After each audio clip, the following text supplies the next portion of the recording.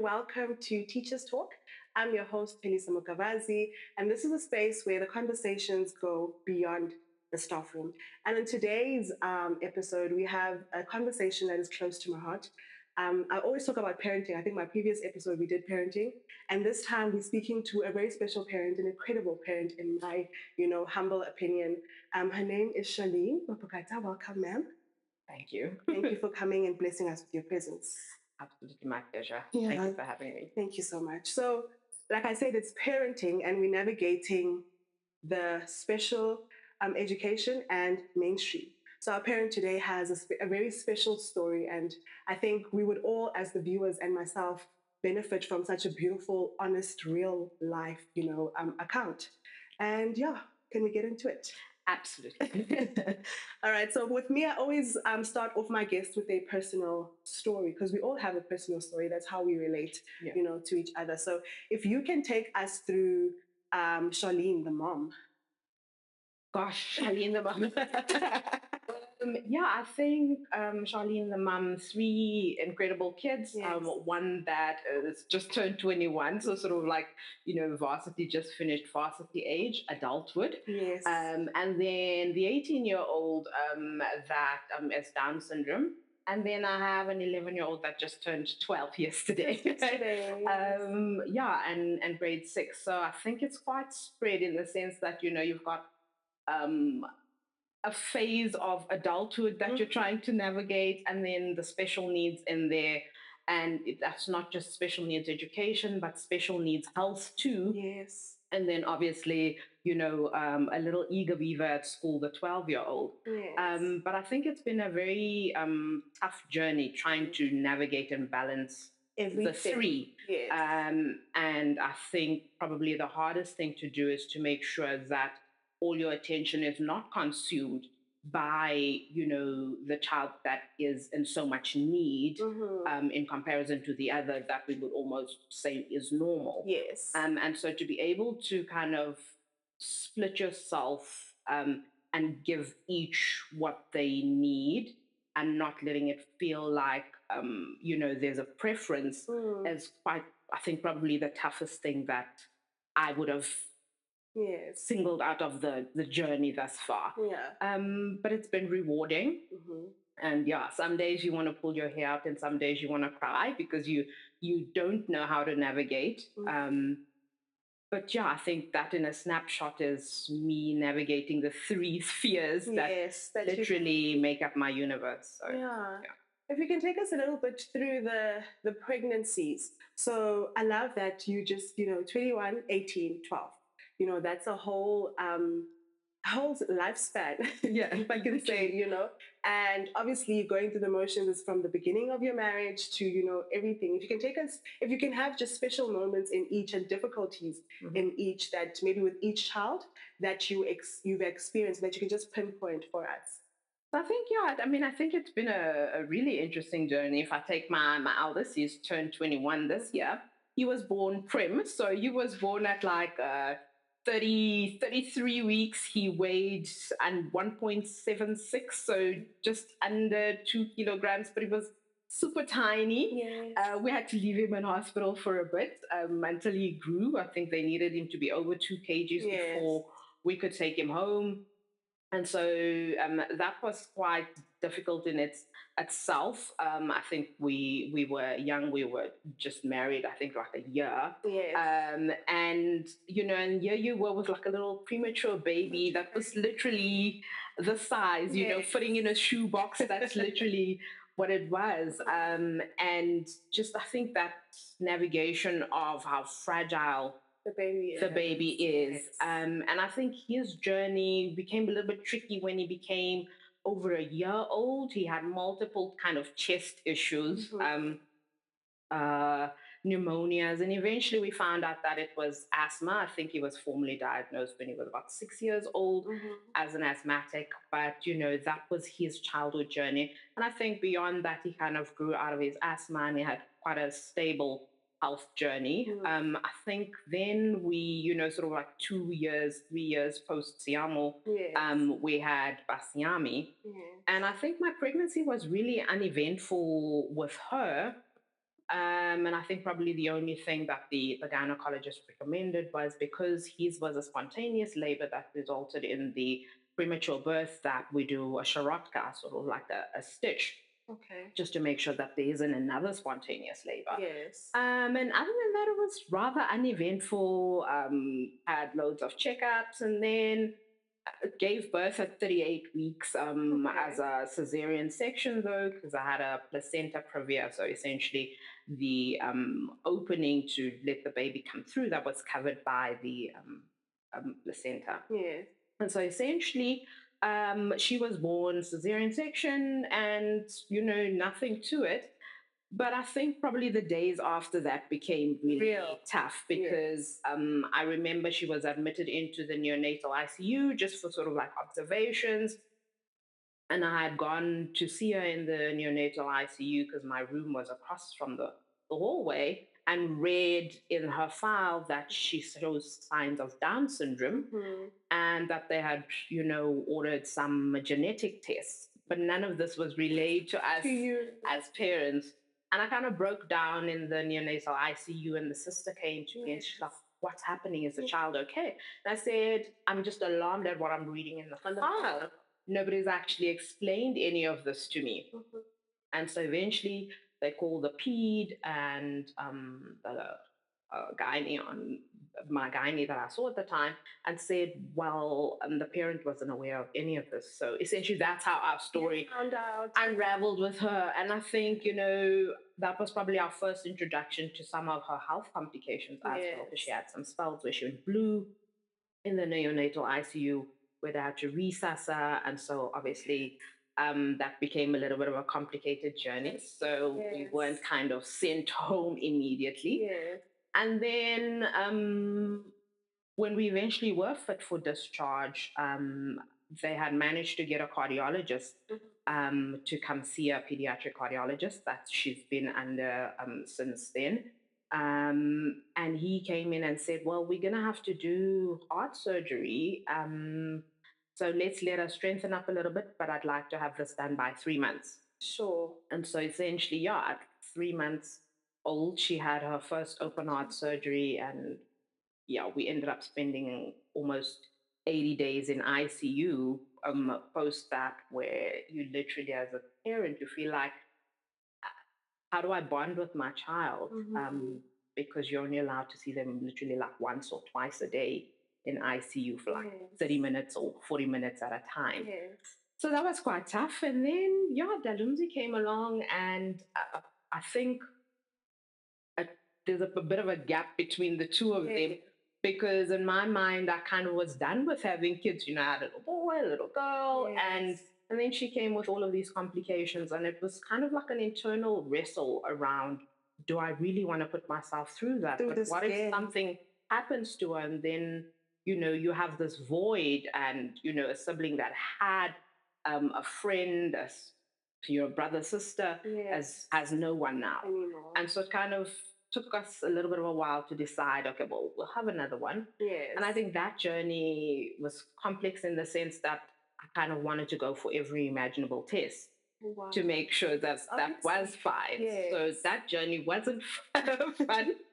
I'm sure the Because anxiety in it. yeah, is the just anxiety, you want to make sure, that there are as fewer things to deal with, Yes. less surprises. Yes. And so, yeah, that journey was tricky because we went for loads of tests, and some of them were high risk where you could lose the pregnancy. Yes. So, yeah, but he turned out great and fun, and he's 12 years old now. Yes. So, Yes. so, yeah, that's a bit about each of them and kind of what made their pregnancy journey. Each different. Yeah. Wow, no, thank you. I think I always, when I hear stories like this, I think of, the time and moment when you said in the hospital, you had to read the file, and then, this was news and shocking, to you. If we can go through the support structure that you had, especially with your daughter, at this time, was there a support structure? What did it look like? What was your mental? Women go through the postmortem and all of that. So postmortem and all of these and these surgeries that you need to prepare for. What did that look like for you? And yeah, what? what can you say was one of the things that you look back and you say, you know what, this actually, did help? So I think um, having support is a massive, massive thing. And I think probably one of the things that was a great support is having a great partner Yes. in life. Because for one, I think one thing that I'm grateful for is a lot of parents that I've since related to have found, or I found that, once there's a child with special needs in, the male partners or the husbands or the spouses always opt out. They end up Yes. leaving. Yeah. And so I was quite fortunate that, my husband ended up, staying and being a great supporter. Naturally, so Basiami is an absolute daddy's girl. Yes. But one, for having him as sort of like a pillar, as a buffer, but two, also family support, people that you could rely on to make sure that you still have a household, you still have another child, and when Yes, that you is. are off to hospital to visit, who's making sure that he's received back from school, that he's had a meal cooked, who's relieving the nanny type of thing, so being able to have family that can come and support you was really instrumental for us to be able to dedicate our time to hospital visits. But also when you come back, your house doesn't feel cold and void. There's a warm meal that's cooked. That's cooked. You don't have to worry about, what do I have to cook for dinner tonight? But also, your child doesn't necessarily feel like they've been left with a foreigner because, they're still surrounded by family, whether it be aunts or grandparents, you Yes. know, they feel like they're there. And even if it was that they were carted along to the hospital, just being able to sit in the visitors room and still having, that family support there just to make sure that they okay, they're playing, they're eating, but Yes. you've not left them home for another day was really immense. So I think probably, one thing that's really fantastic for me is that I've had that That's spouse support. yes. Um, because I'd really, yeah, I think if that wasn't there, you kind of crumble. I think subsequently what that did for me is you don't internalize when it happens. As I think as mothers, you have these internal things that just that things are urgent, they need to do, and you kind of block off and prioritize it, Yes. and you just keep rolling with it. And that's what I did for probably the first year of Basiame's life. She had 3 months in ICU when it was in and out of theaters for repairing. We need to roll her back into theater. Often you'd get a call in the middle of the night saying, we need to transfuse blood urgently. Can we have your consent? Yes. So it was those odd things like you're waiting for weird calls to come to say something's gone wrong, or this intervention needs to happen. We can't wait for you to get to hospital.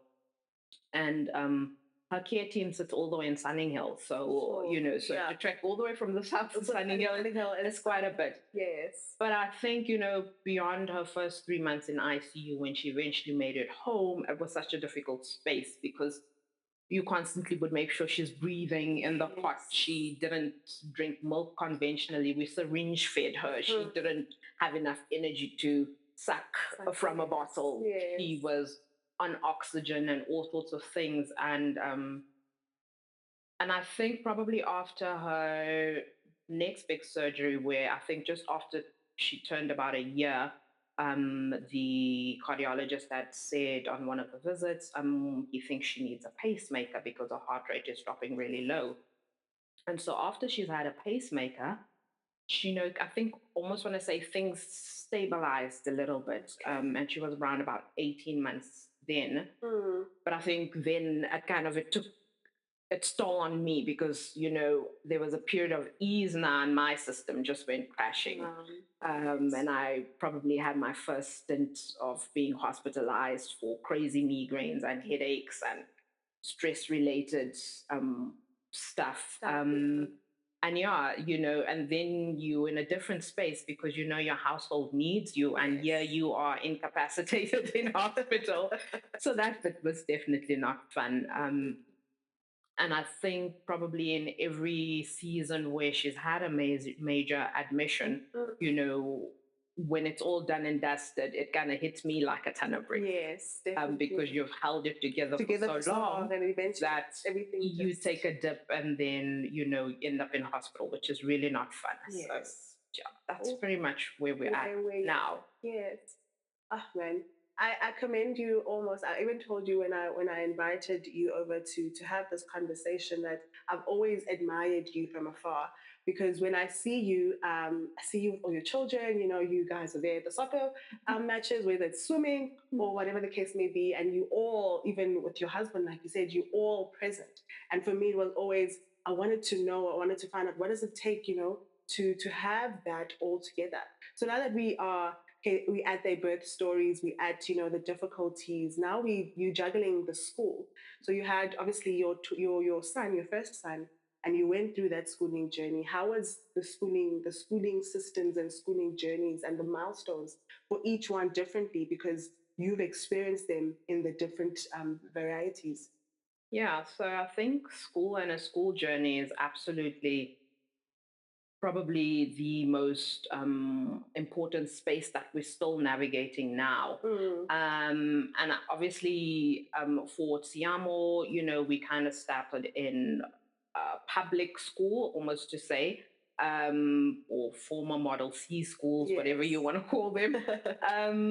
And he kind of thrived in that space, did really well. And then we had one of the private schools that opened up in the South, Mhm. and he kind of navigated towards there when he started grade 4, and he did really well in school. And I think, I guess that's probably one of the things that you expect from private education, is that a lot of things are almost, I want to say, taken care of. Yeah. So I think from a parent perspective of being at ease, and not having to invest so much of your energy, Mhm. that process probably helped a bit. And I think it helped us to be able to do a lot of stuff with Basiami as well, which Yeah. were time consuming because they kind of share a 2 3 year Yes. gap. Gap. Yeah. And so, because when a lot of people meet her, they go, "Oh wow, she speaks, and we can understand her." And we go, "Yeah, this was years and years of Hard work. effort. You go to a Yes. speech therapist once a week, but twice a week, but they give you stuff to do." And that's where the change happens, because the change doesn't happen in one 45-minute session. It's when you go home and everybody at home Is does actively engaged. what's been said or given as an exercise Yes. from the speech therapist or the OT, or the hydrotherapy that she used to go to. So every single, one of these allied services would give stuff to do. And that fundamentally was for the household, per unit to implement, whether was our family, her siblings, us as a couple. It took effort to make sure that everybody did the same so that we could have what we now have. I mean, it's still not fantastic, Yes. but she, is very much audible. Mhm. You can hear what she says, you can understand on most occasions what she What says. she's saying. Yes. Some of her articulation and pronunciation for some stuff, we're still trying to work at, but it's literally that. When some other things are taken care of, you are able to focus on some of the things that's meant to help this journey along. Mm. And I think often for some parents, that's where they get stuck, because Yes. we're so consumed with everything else that still needs to take place that we really don't have that time to practice what the speech therapist has given. Yes. Whether it is just blowing in a straw in a cup Yeah. and making bubbles for 30 minutes Yes. with breaks in between. But for a parent that's juggling all sorts of stuff, Everything. and you're Yeah. thinking, 30 minutes to blow bubbles. I don't have 30 Where do I minutes get to that blow from? bubbles. You've got work deadlines and all sorts of stuff. Um, and so I think that bit was really, really significant. And then, we have a little brother that came along, and he kind of went straight into the private schooling Yes. system, which is like I said, I think that comes with its own benefits where you, as a parent, feel at ease with certain things, Mm-hmm. where you could literally direct your energy to other things. Yeah. And when I say other things, I mean, especially for us with special needs education in South Africa, it's a battle. Yes. It's a battle to find a school that matches your needs. It's a battle to find a school that caters to the needs of your individual, because they, for Basiami, she's Down syndrome, but Down syndrome's on a spectrum, Exactly. of where is she in her cognitive abilities, Yes. where is she in her sensory integration, where is she with her physical abilities, and then we add the fact that she's got massive heart issues, so where they need to accommodate that. And so I think it made it really tricky. Initially, we ended up finding a probably for the first probably 6 years, 5 years of our life, Yes. we ended up enlisting a preschool teacher or fresh teacher, Yes. that was retrenched, and we sent her for a driver's license, and we sent her for a course where you learn how to deal with special needs kids and what to actually look out for, and a bit of a first aid course for her to be able to perform first aid. And we had a whole load of activities that she would do with Basiami on a day to day, including being able to implement what we got from speech therapy and physio, and while we went off to work, that she would be able to continue that program, that we would then be able to just kind of make more sense of when we get home in the evening. And so I think that was probably a big help, and it took significant investment. But also the fact that, we took her for all of these things and courses, but also were able to get a car so that she could take Basiami to speech therapies and stuff. Because at the end of the day, you can't keep doing this when bills need to be paid. You actually need to go to work. You actually need to show up at the office. Yes. And so you now are needing to think of other ways that the same goal can be achieved. Yeah. And unfortunately, some of these goals come at a huge cost. Yes. But I think if, as a parent, you see it as an investment, I think our goal was always that we want Basiami to be able to do things independently. Yes. Whether it is say that she's hungry or go to a fridge and pick something out, but that she doesn't have that absolute dependence on someone to be able to get through a day. And so if that was the goal of all the therapies that she's gone for, to get her vocal or able or work with her core strengthened, all of that was absolutely worthwhile for the investment that was put in. So yeah. I love that. And I love that you mentioned, if we can just maybe dig, because a lot of parents, I feel, and I don't know how to say this, but I feel because of circumstances and because of everything can be a lot, we're all different, we all deal with stressful situations differently, but there comes that time where giving up just honestly seems so much easier, especially when you mention finances. Because in my head, I'm like, there are households that barely can, afford a one normal child household. So, how do you then go about navigating finances with operations in place, with, having to find, like you said, you had to go and find a private teacher, train her, adequately enough to say, okay, she can come into our home and we trust her enough with, Basiami to continue, developing all of her different milestones. How does a couple in South Africa go about planning their finances? What are some things, obviously it's side hustles and things like that, what are some of the things, maybe if you don't mind sharing? Sure. I think initially to kind of start, our journey didn't start off in private healthcare. Yes. So yes, I gave birth at a private hospital and my gynae was private, But I mean, initially, when we started off with all of the things that was needed for her, especially the therapies, because when she was born, her obviously her first op was in a private facility as well. Mm. But we were pretty much on a very basic Income. medical aid plan, and then you get, you know, they approve the procedure and stuff, but then nobody anticipates that she's going to spend 83 days in ICU, and the bills that came in after that was crazy. Imagine. And I think a big shout out to our friend support group. That's like another layer of support system, that, you know, even if yes. it was just for understanding, Yeah. that they could relate. But I think one of the big things that was super special when Basiami came out of her first operation is they hosted a golf day for us. So one of our friends played golf, and they hosted a golf day and had people sign up for all sorts of, you know, Oh, it was very thoughtful. things, Yes. and raised quite a large sum of money Yes. to be able to cover some of the subsequent bills that came from that initial admission.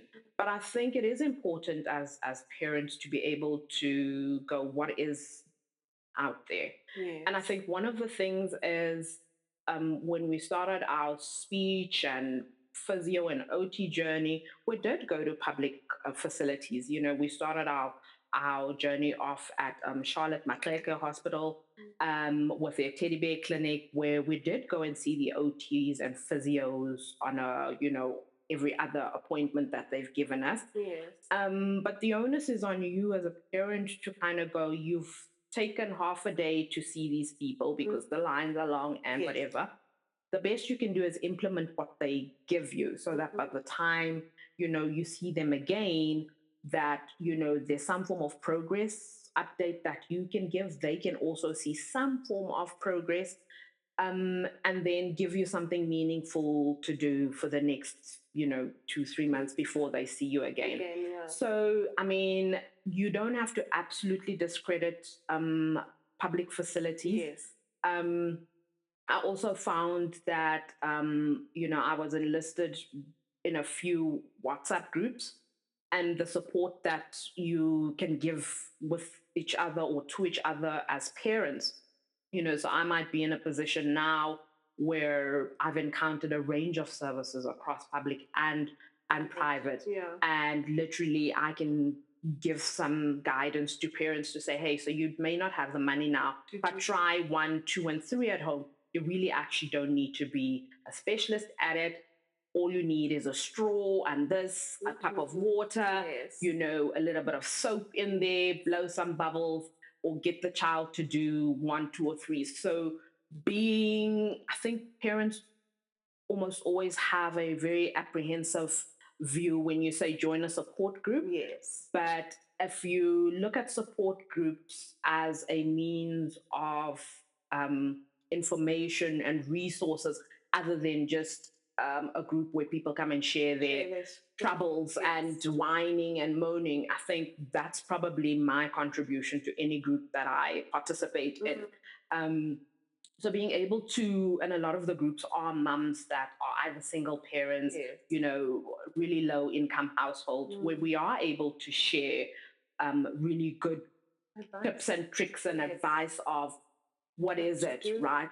I think over and above that, you know, parents are so consumed by many things, but just being able to go, hey, when your child turns 16, go and apply for an ID. There's actually a grant that they can get for having a medically confirmed diagnosis that can aid towards paying something in a month, whether it is their school fees, their transport fees, or a nanny or a helper at home. But I mean, it's a decent amount for you to be able to cover a element that could relate to either their schooling, transportation, or a home care assistance. I think the other is being able to say, what do I want from my medical aid? And so for us, lessons learned with her first hospitalization was you needed a proper plan.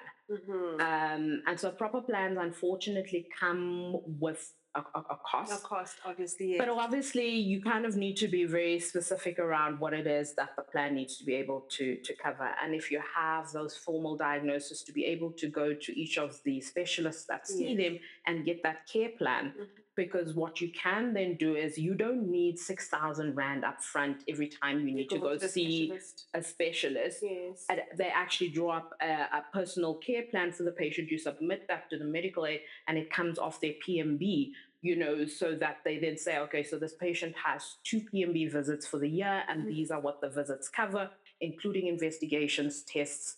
And so, as opposed to having that 6,000 Rand up front Yeah. and having to claim it back from medical aid and getting like a fraction of it Yes. back, Yeah. you actually get to walk into a specialist room and pay 0 cents and know that the entire thing is covered up. So it does need some research from you. It Definitely. does need for you to do the background work in terms of making sure that all the conditions and whatever your child is being treated for is documented. Mm.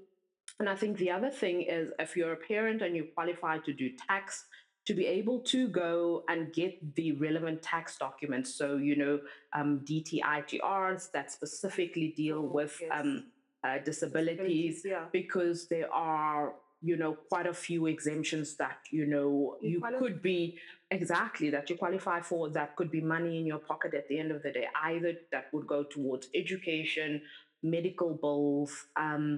So it's small little things that in the end make some impact if you think about it.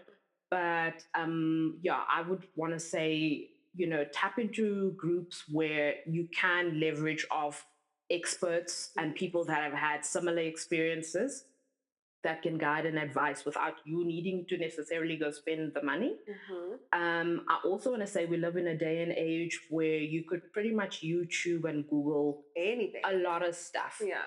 And just being able to find videos and send that as a resource to some parents has been absolutely instrumental for parents that don't have the money to Yes. actually go Access and see until they are able to. Yeah. To just be able to do meaningful things with their kids at home. Because I think one of the frustrations is as the longer you prolong intervening, the more damage you're doing Of in course. terms of the developmental progress. Yes. So being able to say, hey, don't wait to start. These are some things that you can start while you wait for, let's say they got an appointment in a government facility, but that appointment is 3 months from now. What can you do in the interim? Yes. And all that took was sharing a YouTube video where the parent can follow that. So there are ways and means now that I could probably, that 20 years ago, was probably harder to come by than how instantly that is now. Yeah. I love that. And I love that this is just giving testimony, to the things that are out there. And it just takes active engagement. Just be an active parent and want to see the best for your child. And there is help, ultimately out there. Another aspect that I'd love for us to touch on is you're not just a mom, you're a lecturer. Yeah. So you're a working mom. And I think if I can just like going back to my mom, I remember how, it was difficult for her. Like I remember how hard my mom used to work for us. So as a mom, in your situation and in your story, how do you cultivate the balance? Because you're a mom, you're a wife, and yeah, you are. Yeah, you're present, you're beautiful, you're glowing. Like there's nothing saying she was exhausted because yesterday she had a long set. No, you are here, you're present, you're lively. Even with your children's academics and all of that. How do you do that? Yeah, I think it's probably a combination of things. And I think one of the things is exactly as you mentioned, when you see how your mom worked hard. Yeah. So I also come from a single parent household where my mom raised her three girls. And so I think, when you come home and you know that, your responsibility was to make sure that the food gets started. Yes. You also, I'm the eldest, so you're responsible for your younger siblings. Yeah. And knowing what that took for her to get three individuals to go through school and getting through high school, there were days where you didn't have electricity, and wanting better for your kids is probably the biggest driver. Yes. And so that was one of the things. I am absolutely passionate about aviation, even though that's not what I'm lecturing currently. So yeah, prior to Masiami, I was in aviation, airlines is my thing. It Yes. Yeah. still gets me excited. Yeah. But literally when she was born, and I think after her first year of life, I said to my husband, I don't like the fact that doctors speak over my head. I really don't like feeling useless. I'm gonna go study something medicine related.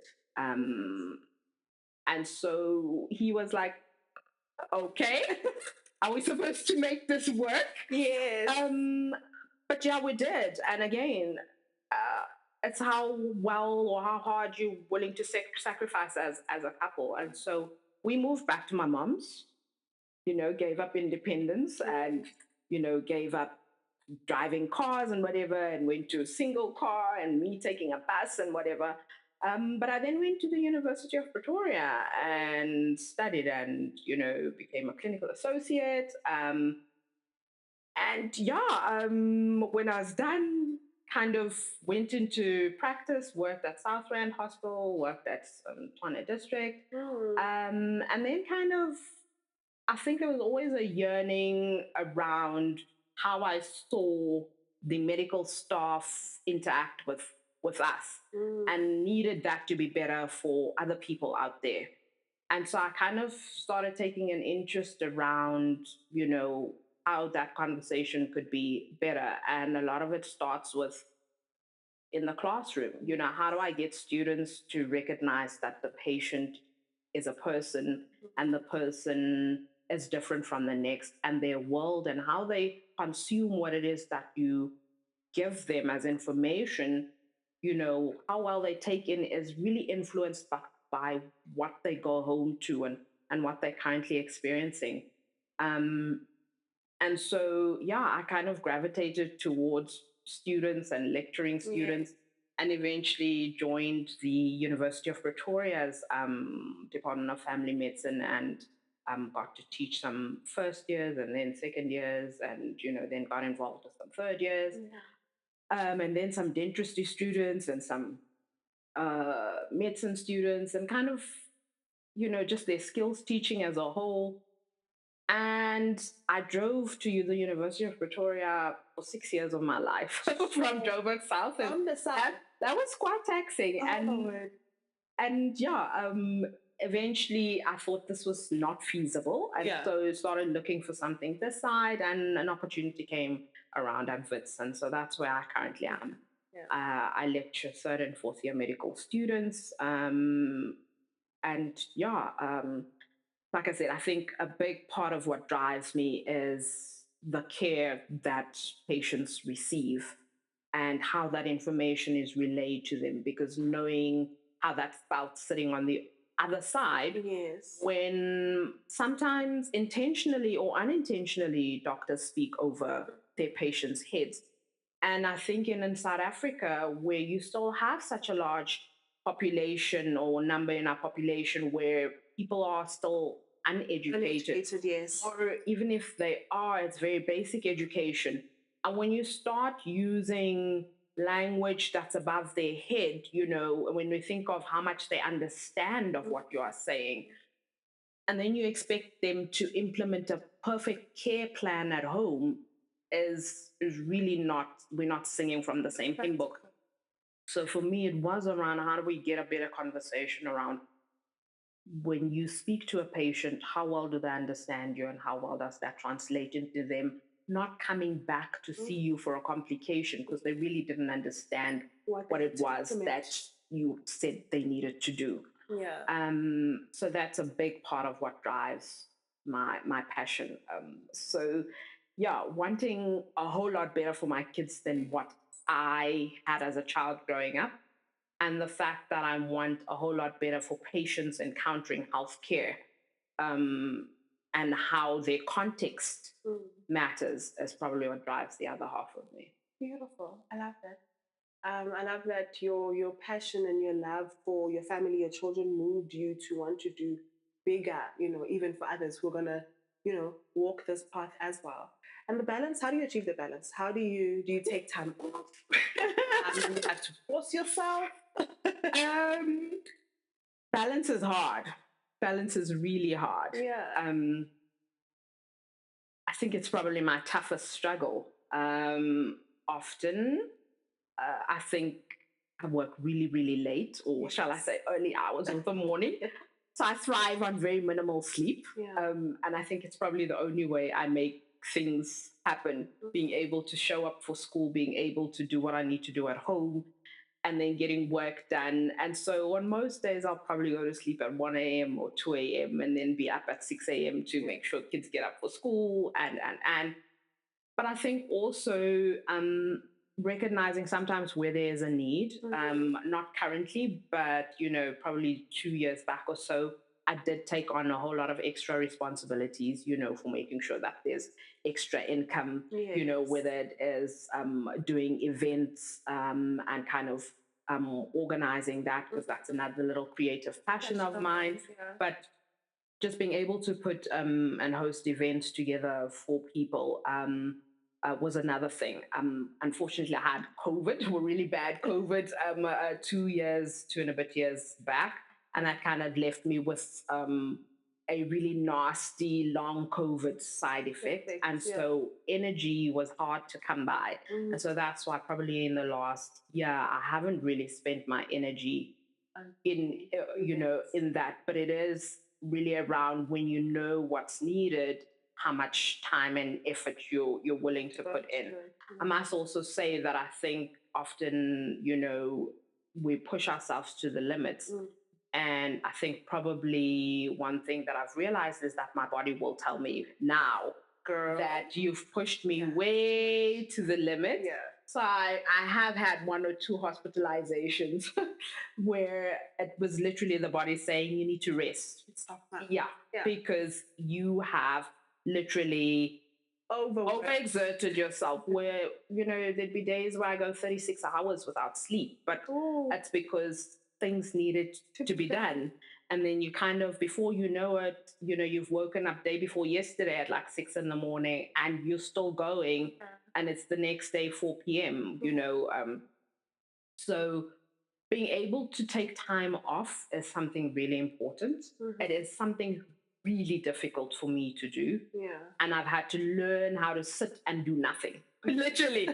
So sitting and being idle is probably one of my biggest frustrations. But recognizing that your body needs rest, but also recognizing that my family needs you. a whole mother, a whole wife. I have siblings that need a whole, yeah, exactly. So being able to go just take a short break, whether that is sitting down for a coffee, getting some early sleep, early in inverted commas, but being able to say I need a break, whether that's a few days just off leave, and you don't necessarily have to go away on vacation, but just being able to sit and sleep late and not be driven by deadlines is really important.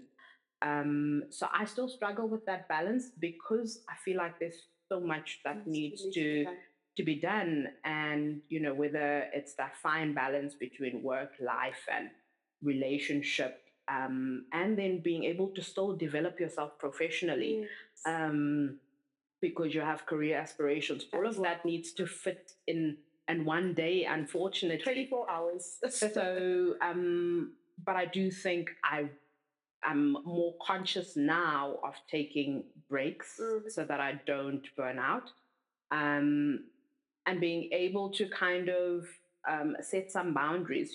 So every now and then my family will come home and they'll ask what's for dinner, because they used to be spoiled in that way. Yes. And I go, well, whatever there is. So if we're eating cereal today, you're eating cereal. Eating a sandwich, you're eating a sandwich. Yeah. I actually really don't care, as long as there's food in the house. Whatever you eat, you'll eat.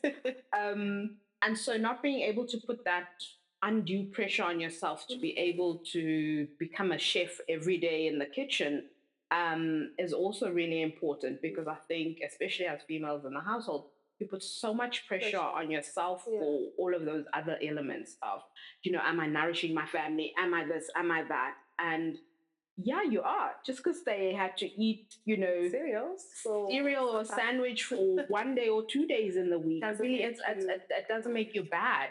And so a lot of the pressures that we put in ourselves or on ourselves in the household, you can relinquish by just kind of roping some other stuff in. I have a sign now above the sink that says, "Please leave it empty." So wash your dishes and leave it empty. It doesn't always work. Yeah. It's the fact that you're trying to make sure that everybody kind of understands that there is a little role to play in the house. It doesn't always work perfect, but being able to help you lift that burden. And I think it does become a little bit easier as they grow older, because you can rope them into that conversation of sharing responsibility in the household. But it does also become tricky when you need to navigate their lives too, like a little one that has extramurals 4 days in a week, and you end up like at 7 o'clock at night, and you've got all sorts of other things that you need to work in, homework, studies, So just being able to go, how much can you put on their plate in addition to what they already have on their plate? So yeah, family balance is important, but I think it's really important in having conversations to be able to say, hey guys, everybody kind of needs to kind of put the energy in now. Pull your part in this. Push your weight. Exactly, pull your weight, because we all here. And then I also just want us to touch maybe on the sibling relationship that the three of them have. How have you been able to reinforce, certain things? Because we all know how it is to have sibling rivalry. I never had brothers, unfortunately, so I don't know how that is. But I know sibling rivalry. Like, I know it. Sometimes as sisters, we're like, oh, you know what, not this week. We'll talk to each other next week. But I'm also from a family of three. How have you navigated between the three of them? I think that's probably also one of the tough things. And I think initially, it was sort of, I want to say almost easier, because it was Siamo and Basiami, and they were quite closely related, but she was also younger than she also was in a baby phase for quite a longer. So, and she's still now, I mean, she's 18, but she looks like 8. So her being relatively small almost always, made it easier in terms of, I think, subconsciously, people kind of treating her like she's younger and smaller and toddler like. And I think unconsciously so, start promoting certain things. So I must say, initially, her older brother was really overprotective over her, especially when she just came back from hospital. He really didn't want anybody to touch her or to like pick her up, or it was just sort of like, leave her, leave her. And they still, share a really close bond. I think often when you want to get her to do stuff now, you have to go, okay, Tiamo's coming along, or, Tiamo, can you ask Basiame or whatever? And more often than not, he'll be able to get her to do something. She also highly annoys him now because he drives. And so whenever she just hears go, she's like, I'm coming with. And he's like, no, I want to be quick. I want to be in and out. And like, I don't need you to tag along, But I also think what's difficult to navigate now. So similarly, sorry, before I get there. Similarly, so I think when Dalumzi was a bit younger, and because she was smaller, he related easily to her. But that very fast became a role where he was almost, the older sibling to her, because often, she would run and, her shoelace would be loose and he'd say, let me tie it for you. Or, would go, Basiami, you need to blow your nose, and he'd run, fetch a tissue, and then, he'd clean her nose, because she looked younger, and also because speech was still developing, um, motor skills, was still a continuous thing to work on, fine and gross motor skills. And so naturally, so he progressed faster then and kind of surpassed took her, yes. So then it became an issue almost of, okay, he kind of is now big brother, but he's still the young brother. but he's still the younger brother. And so it was interesting to watch that. And now we're almost in a phase where I think on both ends, they realize that she's 18. And occasionally, I think both of them are frustrated by the process that she's 18, but can't do what 18-year-olds can do. And I think that's probably tough for me to see as a parent. So sometimes they get frustrated, and some days they get annoyed. And I think a big part of her is quite repetitive now because they thrive on routine. And that's how they learn. Um, so they get frustrated by the routine. So she can ask you 5 times in a day, how was your day? And they'll go, but I've told you already. I'm like, yeah, but can you answer her again with genuineness? Because she's asking with genuineness, how was your day? So in her being repetitive and kind of growing, because in her mind she's having a conversation, and their mind they're like, I've answered this 4 times already. Like, why are we doing this again? So being able to navigate their attitude towards her is probably my biggest frustration now, and probably my biggest heartache, for them to be able to relate more patiently. But I think even as a I think you just want them to understand her, but it's also difficult, yeah, because I think that's what they've been doing. They've been really understanding, and but I think they're also human, and they reach a level of yeah, this is a lot for today. And I think similarly so for us as parents, as much as it's conversation and activities that you want to do, you kind of go, but we've done this already today, sissy, but we've said so. And unfortunately for her, that's how she finds meaning and purpose in conversation, in being in a setting, in a social setting. And so being able to navigate that it doesn't get awkward, not just for his siblings, but for other people and visitors. And I think that's the space that we are in now. How do we navigate it so that the social spaces don't become awkward, either for friends or relatives, because it can become overbearing, it can become overwhelming. I'm quite aware of it as a parent, and how much more so a person or a stranger that she doesn't often see, they don't necessarily appreciate and understand why it is on such a repetitive mode. And so that's been quite tricky, because it kind of is sad in two senses. That one, you wanted to be able to relate in a social setting. Yes. But two, you also want to be able to relate at an appropriate level. Yeah. And when does it become inappropriate? And so that's a really fine line that you need to straddle for not overwhelming those that are in the social circle, and not because they don't understand, but if that's not your day to day, it is really overwhelming to experience.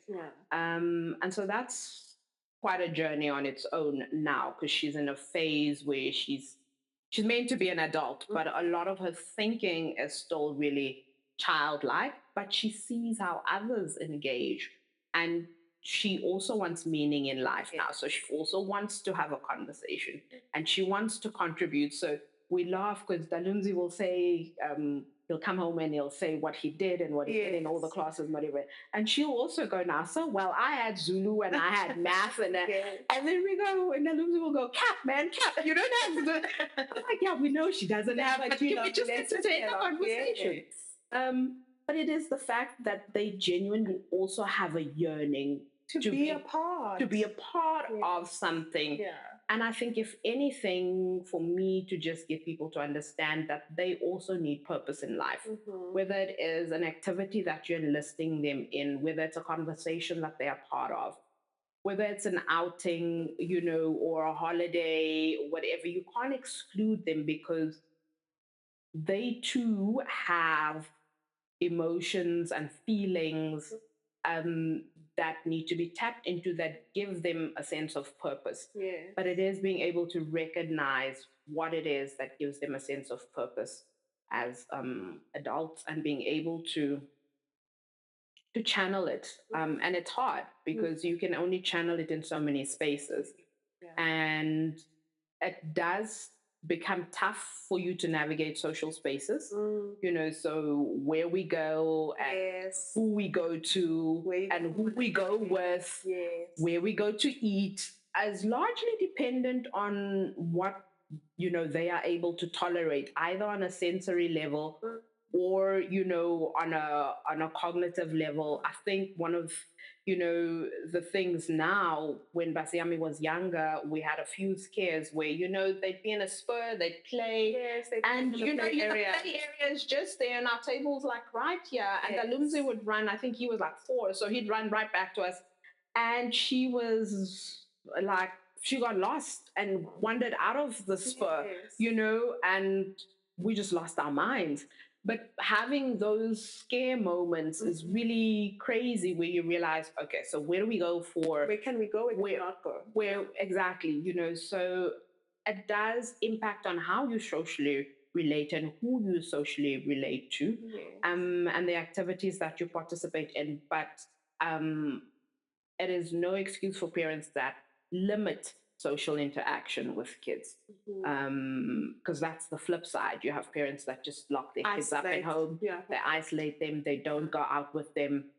But they also need to be introduced to those spaces, and so does the world. They just need to be sensitized to what it is that these individuals actually need and what they don't need, Yes.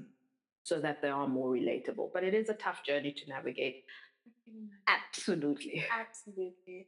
All right. I don't know if you've said so many pearls of wisdom that I think, I hope people who are watching this take note that there is help out there. There are people like you who are already doing actively, whether it's in your working space or, in the family space, you are doing a lot. And I hope you do know that. Do you have any closing remarks?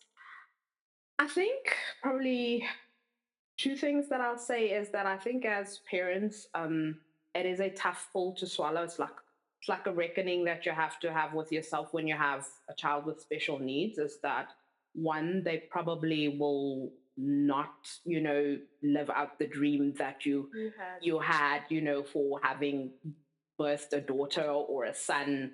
So whether you wanted a ballerina or a doctor or a lawyer out of it, that's a reckoning you need to be able to have to be able to move on to the next. Yeah. And the next literally is going, you had bought a plane ticket to go to Amsterdam, but you've arrived in Brazil. So what makes Brazil pretty and beautiful, and being able to now recognize what talents your child has. Basiame absolutely loves to dance. So that's like a first thing. She swims really well too. But again, that took a lot of effort and time too. And now you can throw her in a deep 2 meter deep end and she'll hold her own. But being able to go, what is it that she can do with those skills? She's also really good in the kitchen, in her limited way. But what does that enable her to do with sufficient training and exposure? What can we condition her to do? And that's a reality check, because it's not necessarily the pretty stuff that you always envisioned. So is it the fact that they become a kitchen assistant? Is it the fact that she may swim for the Special Olympics? Is it the fact that you need to find dance competitions for her to dance in because she loves dancing, Xbox, or, Dance Central. You know, what is it that highlights their abilities and gives them a sense of purpose? And that's what you need to pursue. So being able to go, what is it that she can really do well? The other day, I remember Basiami was drawing in a book, and it was a series of lines, but she did them like quite consistently. And we had a look at it, and I was like, this looks so much like binary. It was like just a series of ones and zeros and ones, but like very methodically done on a page. And I said, I wonder if, she could use that to code to some degree, or, I know that's a far stretch, but what can we do with the fact that this was organized so well? But I think probably the two things I want to leave with parents is just to be able to find something that they're good at, tap into it, and see if you can expand on it. And the other is to be really open minded about what they will do and can do. And not all kids reach a phase where they become independent. Fully, yes. But I think even if you just set yourself the goal to say, if you are no longer, and let's say their siblings need to look after them or another member of family, how much are you putting on them? And I think that's my biggest thing. I don't want them to have a child that, cannot take themselves to the bathroom, cannot wash themselves, can't recognize that this is food and not food. If they left stranded in a home, they need to be able to go, what do I need to survive? Yeah. And I know that's probably a really terrible way of looking at it, but the fact and the reality is that we don't have enough places in South Africa that look after children, or even just, adults with special care needs without breaking the bank. Yes. And so if you have to leave your child in the care of their siblings or another relative, how much independence can they then take over that role with? That's one way of looking at it. And the other is for them to realize that their kid also needs purpose. Yes. And so, how do I make meaning for them out of their lives by being able to tap into what makes them tick, and how can I make it happen? Is probably the biggest question, because in a budget constrained and economically strained environment, how can I still make sure that they have a sense of purposeful being? Yeah. Yeah. Thank you. Thank you so much for sharing your story with heart and with honesty. Yeah, like I said, and I will never stop saying it, I admire you as a mom, as a wife, as a sister. You are doing, yeah, what most can only, like, can't fathom to do. You're doing a lot, and I from the bottom of my heart really appreciate you coming to share this, with the rest of South Africa. And I hope even if it touches one person, it will make a difference in the lives, especially of our children, who need special education, who need, just somebody to give back to them that sense of purpose and being a part of the community at large. Thank you. Thank you very much. Thank you so much. Please do not forget to do your homework, comment, like, subscribe. Let's get this conversation going. Share this video. Share in the conversation as well. Let's speak. I know this topic was one topic, like I said, it's very close to my heart. And let's do right by each other and our children. From me, your host, Elisa. Till next time.